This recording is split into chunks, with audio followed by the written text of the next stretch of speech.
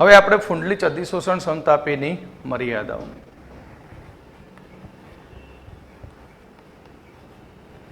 ફુંડલીચ અધિશોષણ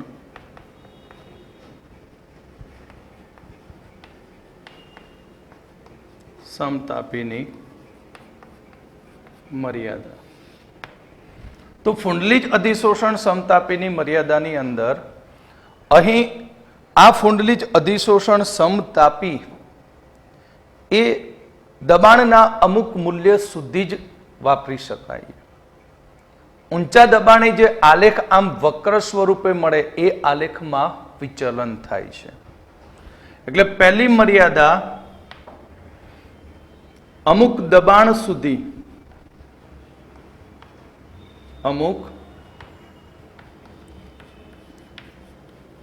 દબાણ સુધી ફુંડલીચ સમતાપી વપરાય. ઊંચા દબાણે વક્રમાં વિચલન થાય છે. ઊંચા દબાણે વક્રમાં શું થશે? વિચલન. નંબર 2, અહીંયા આપણે કહ્યું કે અને એન અચળાંક છે. કે અને એન અચળાંક. પણ એક જ અધિશોષક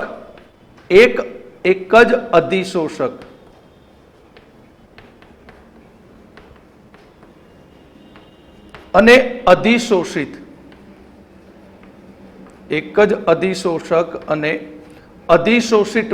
અધિશોષિત માટે તાપમાન સાથે બદલાય છે.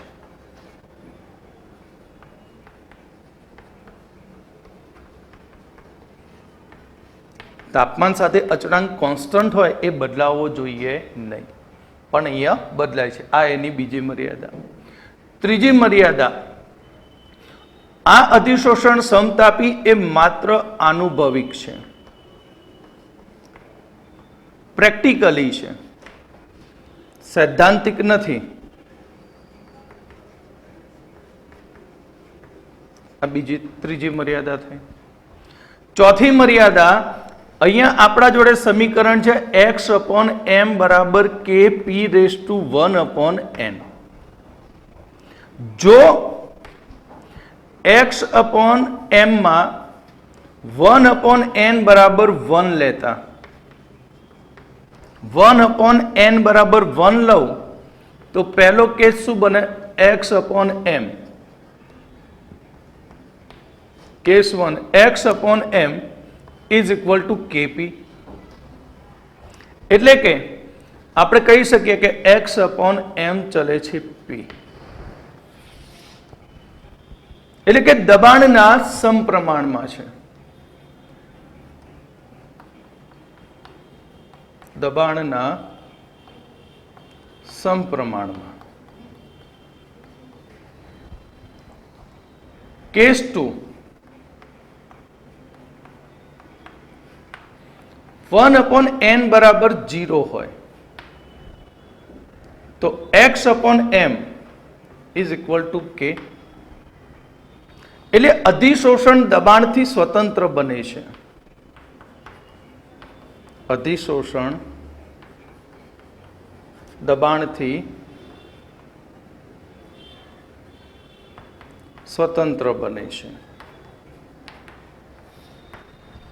અને અહીં લેંગમ્યુરના આ અધિશોષણ સમતાપીની અંદર ઊંચા દબાણે તેના વક્રમાં વિચલન થાય છે એ ફુંડલીચ સમજાવી શકતો નથી. તો આ થઈ ફુંડલીચ અધિશોષણ સમતાપીની 4 મર્યાદાઓ.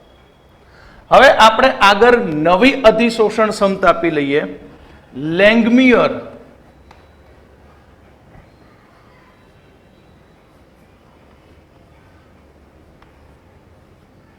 નવો ટોપિક, લેંગમ્યુર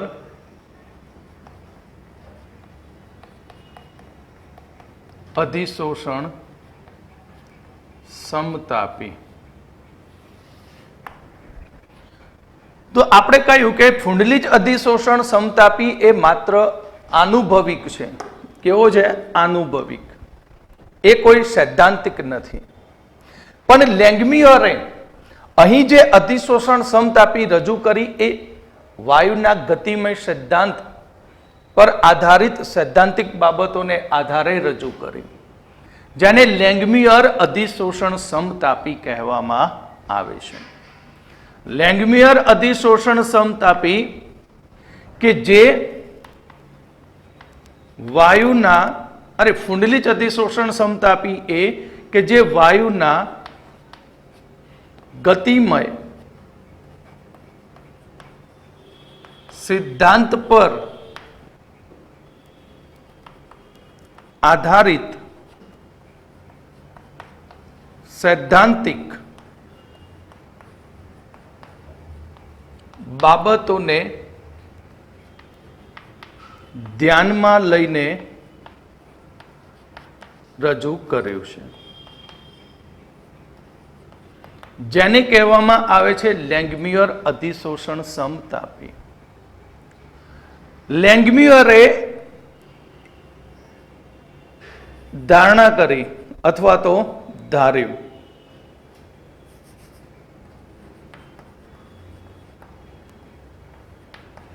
લેંગમિયરે ધાર્યું કે દરેક અધિશોષક પરના લેંગમિયરે ધાર્યું કે અધિશોષક પરના દરેક સ્થાન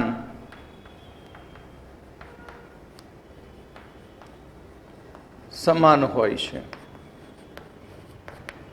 અધિશોષક પરના દરેક સ્થાન કેવા હોય છે? સમાન. એટલે ધારો કે આપણે એક આ અધિશોષક લીધો, બરાબર, આ ઘન અધિશોષક છે.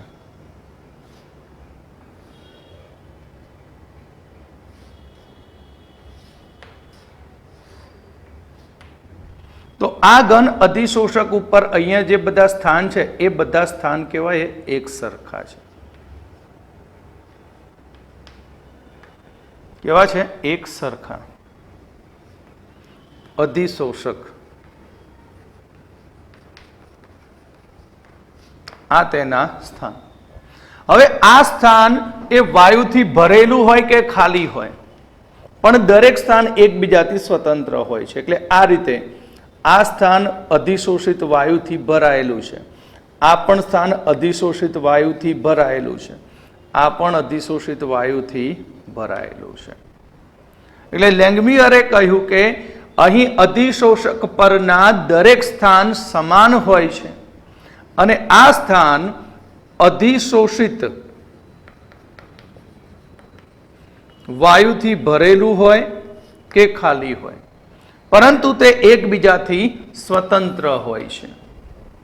એટલે કે અધિશોષક પરના દરેક સ્થાન સમાન હોય છે. આ સ્થાન અધિશોષિતથી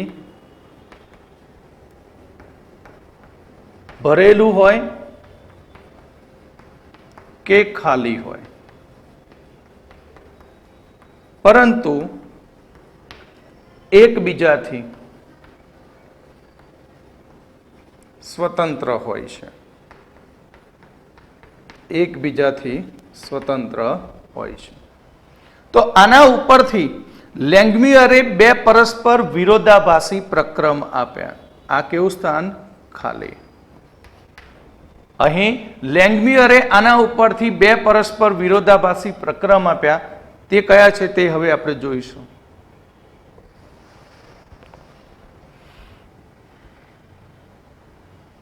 તો લેંગમિયરે પરસ્પર વિરોધી પ્રક્રમ રજૂ કર્યો. પરસ્પર વિરોધી પ્રક્રમ રજૂ કર્યા. એને બે પ્રક્રમ રજૂ કર્યા. એક, ઘન અધિશોષક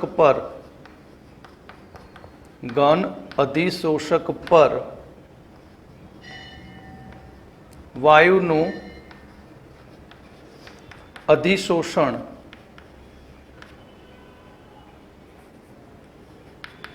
જેને સંઘનન કહેવાય છે. અને બીજો પ્રક્રમ એવો રજૂ કર્યો કે ઘન અધિશોષક પરથી વાયુનું અપશોષણ, જેને બાષ્પન કહેવામાં આવે છે, જેને શું કહેવામાં આવશે? બાષ્પાયન કહે છે. એટલે કે અહીં ખાડાની અંદર દાખલ થતા અધિશોષિત વાયુ એને સંગનન કહ્યું, અને તે જ સમયે તેમાંથી બાજુમાંથી શું થતું હોય? દૂર પણ થતા હોય. એટલે કે અહીં લેંગમ્યુઅરે ધાર્યું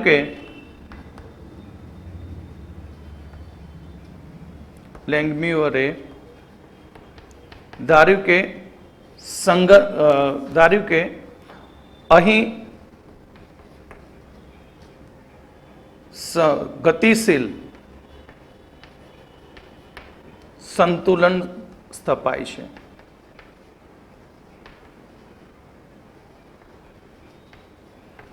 એટલે કે સંગનન દર અને બાષ્પન દર સરખા થાય છે. સંગનન દર અને બાષ્પાયન દર, સંગનન દર અને બાષ્પાયન દર સમાન હોય છે. એટલે કે અધિશોષક ઉપર અધિશોષણ થવાના વાયુનો દર અને અપશોષણ પામવાના વાયુનો દર એ સમાન હોય. પાછું તેને એવું ધાર્યું કે લેંગમ્યુઅરે એવું ધાર્યું કે અધિશોષક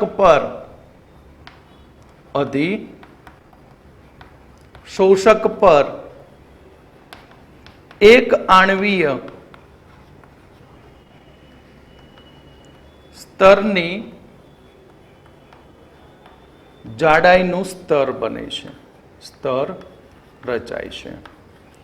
અધિશોષક ઉપર માત્ર એક જ, એટલે આ અધિશોષકની સપાટી છે, તો અધિશોષકની સપાટી ઉપર એક આણ્વીય સ્તરનું જ અહીં સ્તર રચાય, બીજા વાયુઓનું અધિશોષણ થાય નહીં. એનો મતલબ કે અહીં અધિશોષક અને અધિશોષિત વચ્ચે રાસાયણિક બંધ બને છે. અધિશોષક અને અધિશોષિત વચ્ચે રાસાયણિક બંધ બને છે. એટલે લેંગમ્યુઅર અધિશોષણ સમતાપી એ રાસાયણિક અધિશોષણ સમતાપી છે. લેંગમ્યુઅર અધિશોષણ સમતાપી એ રાસાયણિક અધિશોષણ સમતાપી છે.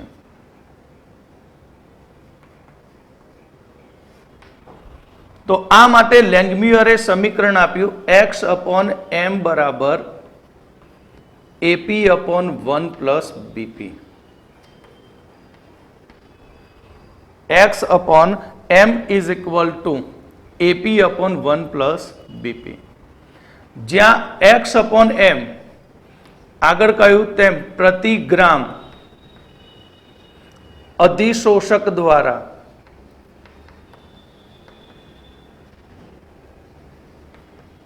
અધિશોષિત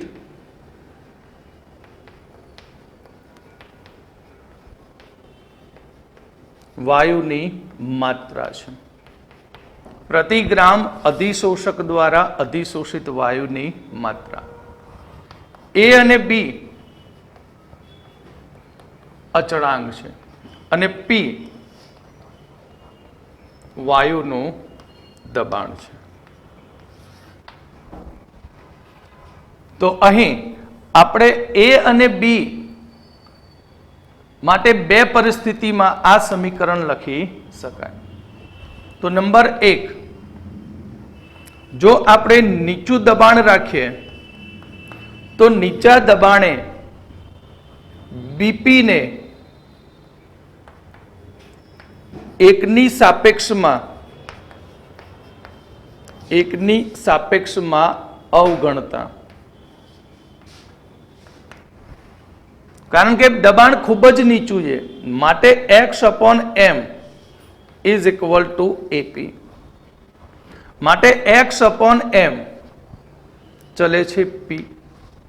એટલે અહીં નીચા દબાણે અધિશોષણની માત્રા x/m એ દબાણના સમપ્રમાણમાં હોય છે. નીચા દબાણે x/m ની માત્રા દબાણના સમપ્રમાણમાં. અને નંબર 2, હવે ધારો કે ઊંચું દબાણ લઈએ તો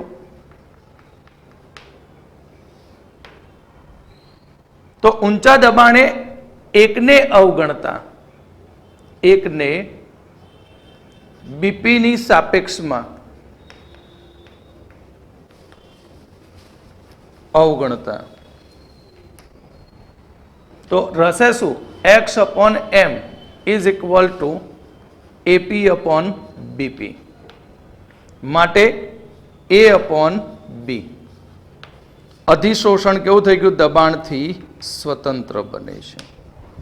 અધિશોષણ દબાણથી કેવું બની જાય? સ્વતંત્ર. હવે આપણે A અને B ની કિંમતો નક્કી કરતા શીખવું, કેવી રીતે શોધી શકાય તે. તો હવે આપણે A અને B બે અચળાંક નક્કી કરીએ લેંગમ્યુરમાં. તો A અને B અચળાંક નક્કી કરવા. તો આપણા જોડે સમીકરણ શું હતું? x upon m is equal to AP upon 1 plus BP હતું. સમીકરણને ઉલટાવી દઈએ તો m upon x is equal to 1 plus BP upon AP થાય. તો હવે m upon x is equal to 1 upon AP plus B upon A લખાય. હવે log લેતા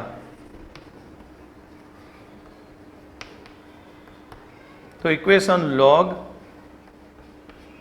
x upon m is equal to 1 upon A log 1 upon P plus log B upon A. હવે આના માટે આપણે log x upon m m upon x અહીંયા m upon x, તો log m upon x વિરુદ્ધ log 1 upon p નો આલેખ દોરો. તો તે આલેખ આ રીતે એ સીધી રેખામાં મળશે અને આ રેખાનો ઢાળ, તો ઢાળ થશે 1 upon a અને આંતરછેદ થશે b upon a. ક્લિયર? હવે આપણે જોઈશું દ્રાવણોમાં અધિશોષણ. તો નવો ટોપિક,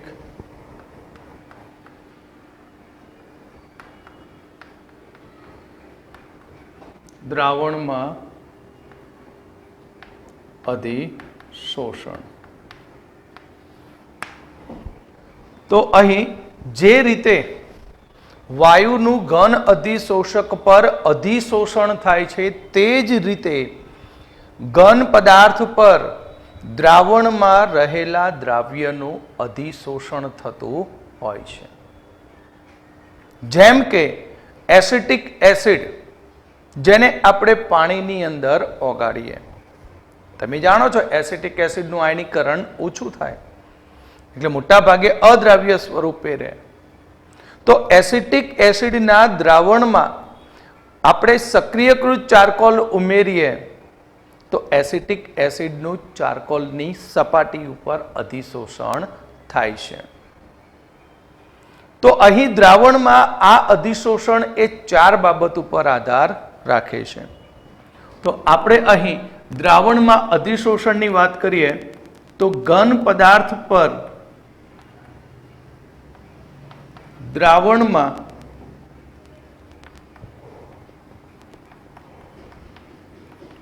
ઓગળેલા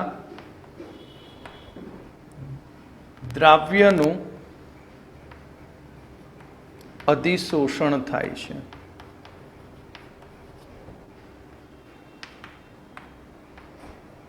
જેમ કે એસિટિક એસિડ,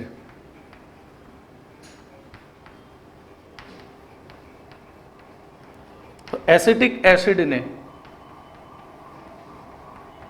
પાણીમાં ઓગાળી ને દ્રાવણ બનાવી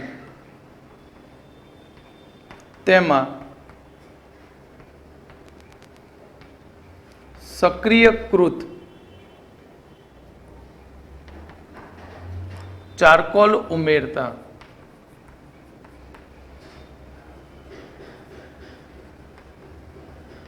ચારકોલ પર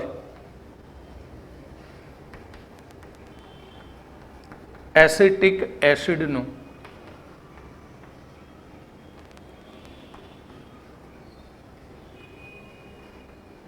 અધિશોષણ થાય છે.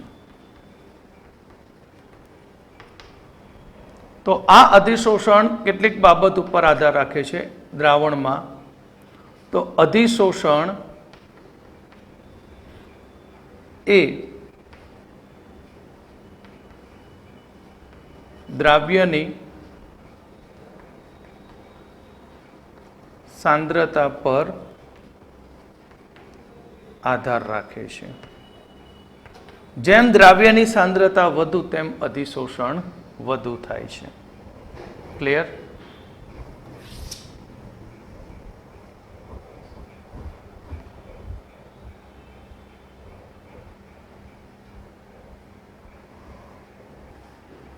તો આપણે હવે બીજું જોઈએ. આમાં કઈ બાબત ઉપર આધાર રાખે? અધિશોષણ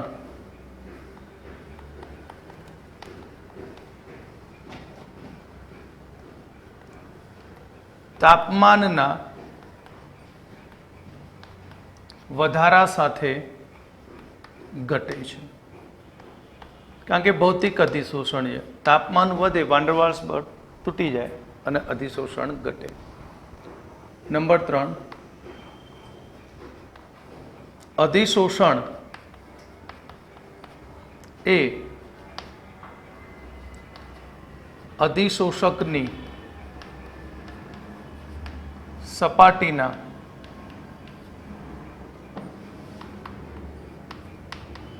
ક્ષેત્રફળ પર આધાર રાખે છે. જેમ અધિશોષકની સપાટીનું ક્ષેત્રફળ વધારે હોય તેમ અધિશોષણ વધુ થાય. માટે જ અધિશોષક એ બારીક પાવડર સ્વરૂપે વપરાય. કયા સ્વરૂપે? બારીક પાવડર સ્વરૂપે વપરાય છે. ચોથું પરિબળ છે અધિશોષણ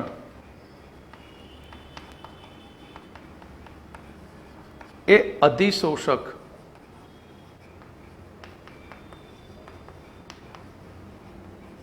અને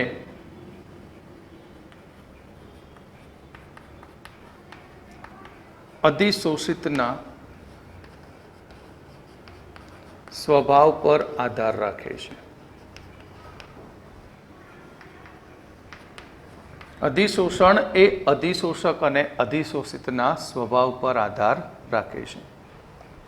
આમ જોઈએ તો દ્રાવણમાં થતું અધિશોષણ એ ફુંડલીજ અધિશોષણ દ્વારા સમજાવવું એ વ્યાજબી નથી. કારણ કે ફુંડલીજ અધિશોષણ સમતાપી એ વાયુ માટે છે. દ્રાવણ માટે અહીં વાપરવું એ વ્યાજબી નથી. પણ જો ફુંડલીજ અધિશોષણ સમતાપી દ્રાવણ માટે વાપરીએ, ફુંડલીજ અધિશોષણ સમતાપી જો આપણે દ્રાવણ માટે વાપરવામાં આવે તો ફુંડલીજના સમીકરણમાં વાયુના દબાણ પીને બદલે ત્યાં દ્રાવણની સાંદ્રતા સી લેવામાં આવે છે. એટલે ફુંડલીજ અધિશોષણ સમતાપી દ્રાવણ માટે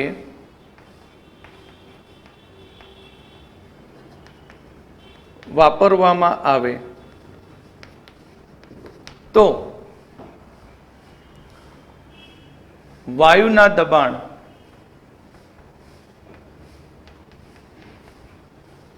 પીને બદલે દ્રાવણની સાંદ્રતા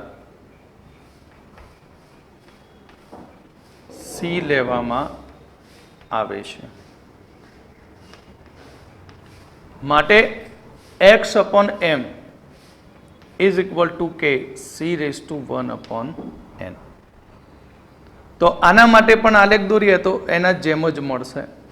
x/m રેઝ ટુ c કોઈ આપેલા તાપમાન માટે આલેખ વક્ર સ્વરૂપે મળે છે.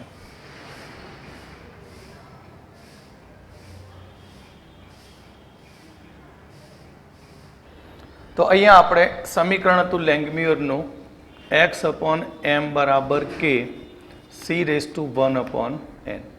હવે બંને બાજુ log લઈ લો તો log x/m is equal to log k plus 1/n log c.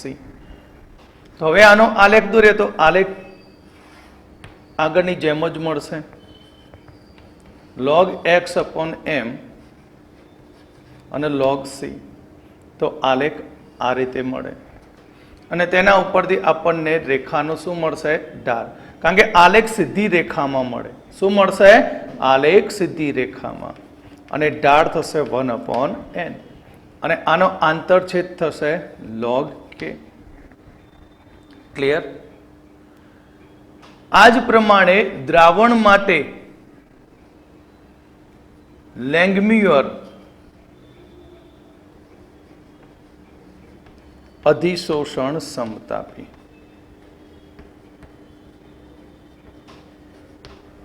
તો લેંગમ્યુરની અધિશોષણ સમતાપી હતી x/m is equal to AP/1 plus BP. તો AC/1 પ્લસ BC. તો હવે અહીંયા આપણે સમીકરણ ઉલટાવ્યું હતું m/x is equal to 1 plus BC/AC. તો અહીં m/x is equal to 1/AC plus B/C. હવે આની બંને બાજુ log મૂકી દઉં તો log m/x is equal to 1/a log 1/c plus log B/c. હવે આનો આલેખ દોરું તો આનો આલેખ પણ આગળની જેમ m/x વિરુદ્ધ 1/c.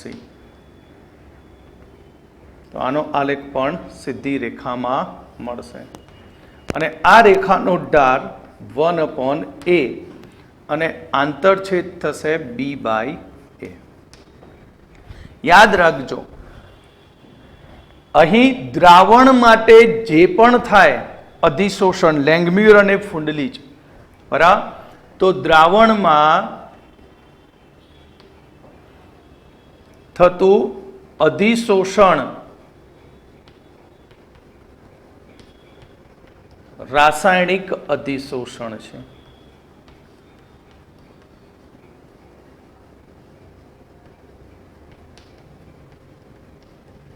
જ્યારે વાયુ માટે અધિશોષણ છે એ ભૌતિક અધિશોષણ છે. વાયુ માટે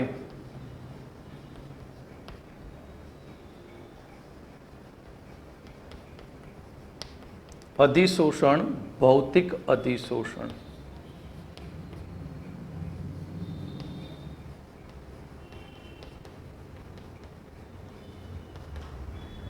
ઓકે, તો આ થયું દ્રાવણમાં લેંગમ્યુર અને ફુંડલીજ અધિશોષણ.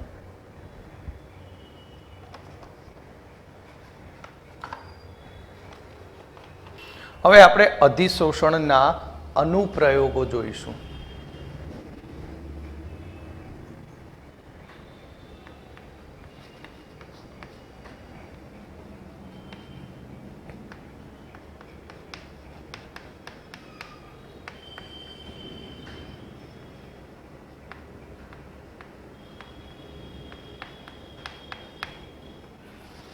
તો અધિશોષણના અનુપ્રયોગોમાં નંબર 1 ઉચ્ચ શૂન્યાવકાશ ઉત્પન્ન કરવા. તો ઉચ્ચ શૂન્યાવકાશ ઉત્પન્ન કરવા માટે એટલે કે ધારો કે કોઈ નળી હોય અને એ બંધ નળીની અંદર શૂન્યાવકાશ પંપ લગાવી અને બધી હવા અંદરથી શું કરે? ખેંચી લેવામાં આવે. બરાબર. અહીંયા હવા ચૂસક પંપ અથવા શૂન્ય અવકાશ પંપ, શૂન્ય અવકાશ પંપ દ્વારા અંદરથી બધી હવા બહાર ખેંચી લેવામાં આવે, છતાં પણ અંદરની રહેલી જે હવા છે એ હવાને દૂર કરવા માટે પાત્રની અંદર શું નાખી દઈએ? ચારકોલ. તો નળીમાં શું ઉત્પન્ન થાય? શૂન્ય અવકાશ ઉત્પન્ન થાય. શું ઉત્પન્ન થાય? શૂન્ય અવકાશ. ક્લિયર? તો અહીં આપણે અધિશોષણના અનુપ્રયોગોમાં પહેલું ઊંચું શૂન્ય અવકાશ ઉત્પન્ન કરવા માટે શૂન્ય અવકાશ પંપ દ્વારા નળીમાંથી વાયુ દૂર કરી અને તેની અંદર પછી ચારકોલ મૂકવામાં આવે તો ચારકોલ એ નળીમાં રહેલા બાકીના વાયુનું અધિશોષણ કરી દે, જેના કારણે નળીમાં શૂન્ય અવકાશ ઉત્પન્ન થાય. બીજું છે ગેસ માસ્કમાં.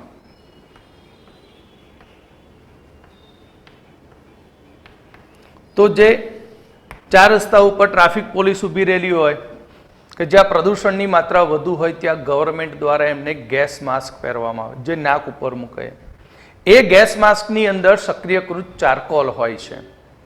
આ સક્રિયકૃત ચારકોલ એ હવામાંના ઝેરી પ્રદૂષકોનું શું કરી દે? અધિશોષણ કરે, જેથી શ્વાસોશ્વાસની ક્રિયામાં ઝેરી પ્રદૂષકો શરીરમાં દાખલ થાય નહીં. આ જ પ્રમાણે કોલસાની ખાણોની અંદર જે માઇનિંગ થતું હોય એ માઇનિંગ દરમિયાન ત્યાં વાયુઓ ઉત્પન્ન થતા હોય છે અને એ વાયુઓને કામદારોને અસર ન થાય તે માટે કામદારોને ચારકોલ ધરાવતું ગેસ માસ્ક આપવામાં આવે છે અને એ ગેસ માસ્ક એ વાયુઓનું શું કરે? અધિશોષણ કરે. એટલે શ્વાસોશ્વાસની ક્રિયામાં પણ અધિશોષણનો ઉપયોગ થાય. ત્રીજું એ દ્રાવણમાંથી રંગીન દ્રાવ્ય અશુદ્ધિ દૂર કરવા માટે.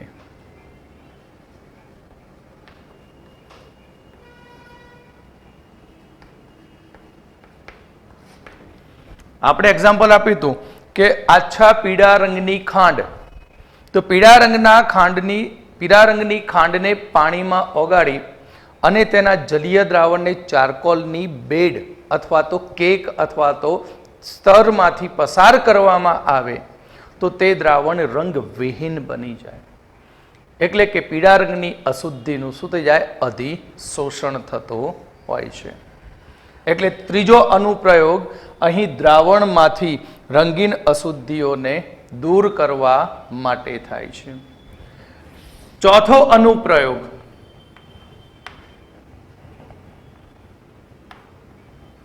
ભેજના નિયંત્રણમાં. ભેજના નિયંત્રણમાં સિલિકા જેલ,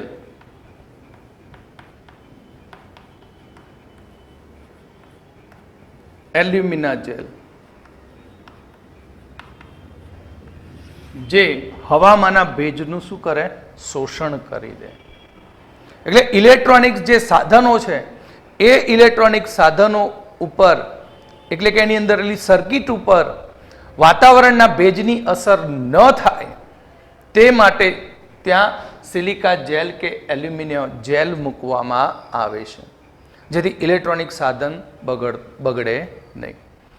આ ઉપરાંત આપણે જે ઘરની અંદર વોટર જગ વાપરીએ છીએ, મોટી પ્લાસ્ટિકની બેગ વોટર જગ, હવે એ વોટર જગની અંદર પણ સિલિકા જેલ મૂકવામાં આવે. જ્યારે યુઝ ન કરવો હોય અને એને માળિયામાં ચડાવવાની હોય તો એની અંદર સિલિકા જેલ મૂકી દો, જેથી ભેજવાળો જે પણ વાયુ એ વાયુનું શોષણ થાય અને જે વોટર બેગ છે એની અંદર દુર્ગંધ આવે નહીં. એટલે ભેજ શોષક તરીકે તેનો ઉપયોગ થાય. નંબર 5, રોગ મટાડવા માટે. તો રોગ મટાડવામાં પણ અધિશોષણનો ઉપયોગ થાય. કે કોઈ ઘા પડ્યો હોય અથવા તો વારે ઘડીએ ત્યાં ગુમડા જેવું થતું હોય તો એની ઉપર આપણે એન્ટિસેપ્ટિક ક્રીમ લગાવીએ છીએ. તો એ એન્ટિસેપ્ટિક ક્રીમ એક અધિશોષકનું કાર્ય કરે. એન્ટિસેપ્ટિક ક્રીમ એ રોગના જીવાણુઓને શું કરે? ખેંચી લે અને એનું મર્ડર કરી દે, એટલે એને મારી નાખે. એટલે રોગને મટાડવા માટે પણ તેનો ઉપયોગ થાય. ત્યાર પછી નંબર 6, નિષ્ક્રિય વાયુઓનું અલગીકરણ.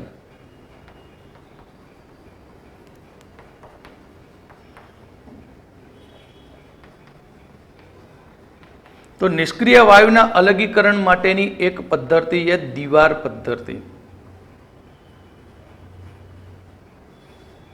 તો અહીં સૌથી પહેલા જે નિષ્ક્રિય વાયુઓ જુદા જુદા છે એ વાયુઓનું પ્રવાહીકરણ કરવામાં આવે છે, અને એ પ્રવાહીકરણ કર્યા પછી જુદા જુદા તાપમાને નાળિયેર ચારકોલ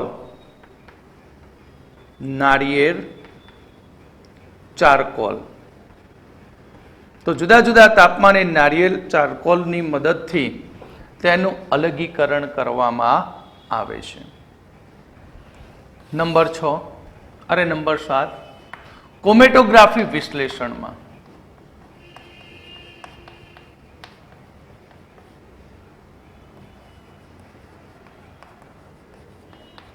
તો ક્રોમેટોગ્રાફી વિશ્લેષણની અંદર અધિશોષક તરીકે એલ્યુમિના જેલ વપરાય.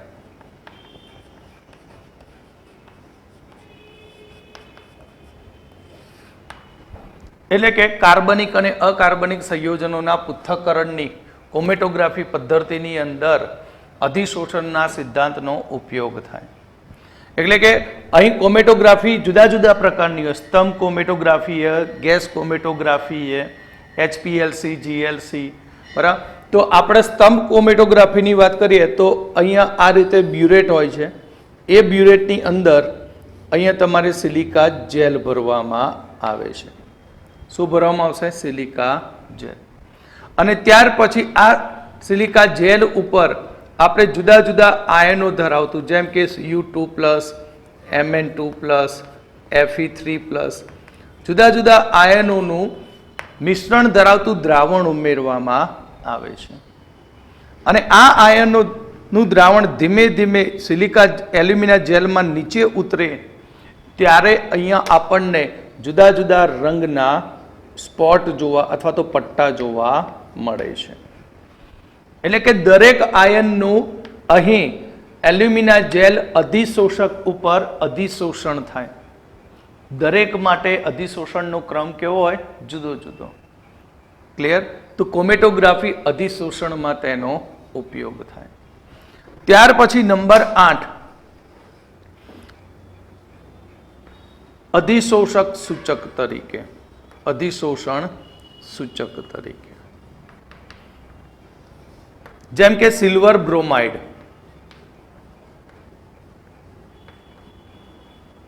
હવે સિલ્વર બ્રોમાઇડના અવક્ષેપ દ્રાવણમાં બન્યા કે નહીં તે જાણવા માટે આપણે અધિશોષકોનો સૂચક તરીકે ઉપયોગ કરીએ છીએ. તો સિલ્વર બ્રોમાઇડનું અવક્ષેપન થયું છે કે નહીં તે જાણવા માટે ત્યાં સૂચક તરીકે ફ્લોરોસિન કે ઇયોસિન વપરાય.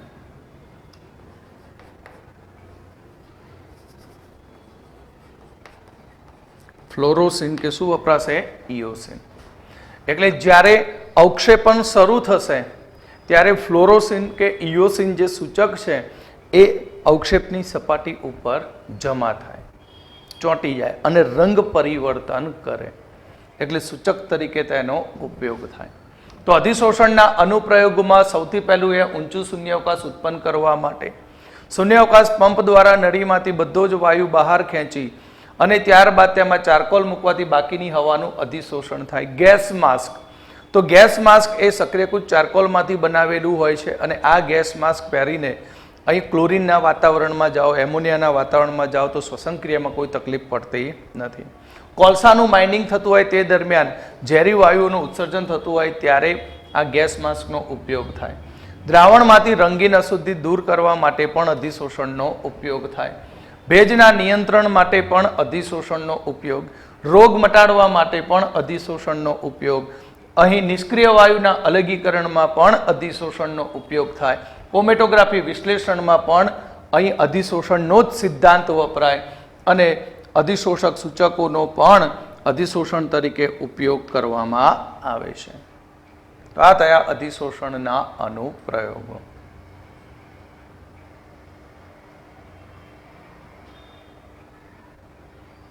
અનુપ્રયોગની અંદર હવે આપણે નવમો ટોપિક વિસમાંગ ઉદ્દીપન.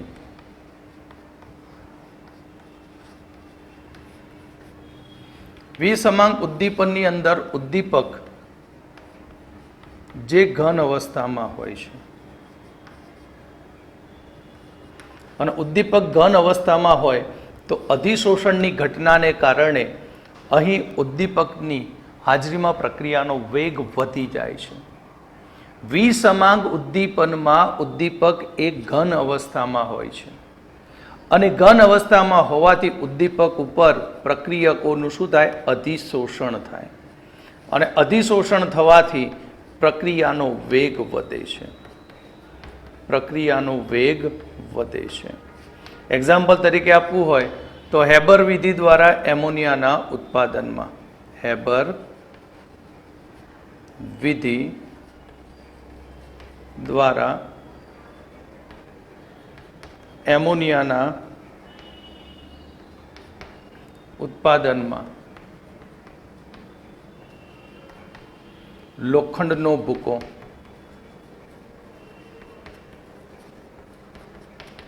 ઉદ્દીપક તરીકે વપરાય.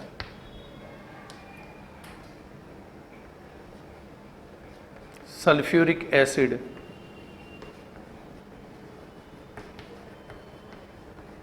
ના ઉત્પાદનની સંપર્ક વિધિમાં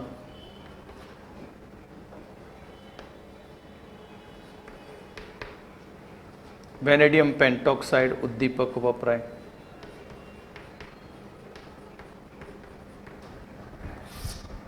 નંબર 3 વનસ્પતિ તેલ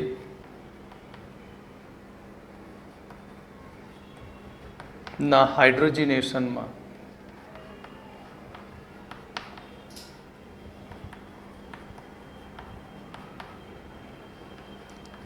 ઝીણા નિકલનો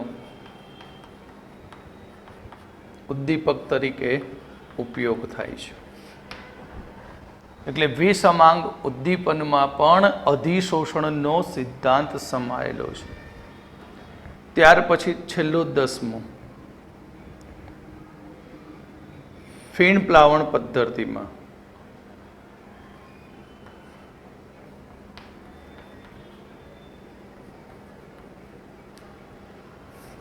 ફીણ ધાતુ નિષ્કર્ષણમાં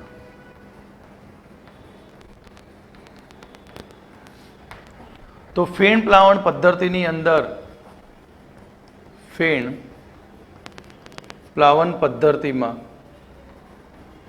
સલ્ફાઇડ યુક્ત કાચી ધાતુના સલ્ફાઇડ યુક્ત કાચી ધાતુના નિષ્કર્ષણમાં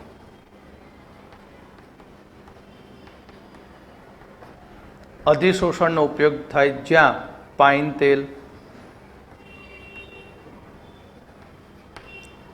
ટર્પેન્ટાઇન તેલ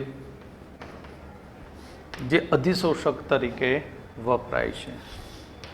ક્લિયર? તો આ થયા અધિશોષણના અનુપ્રયોગ.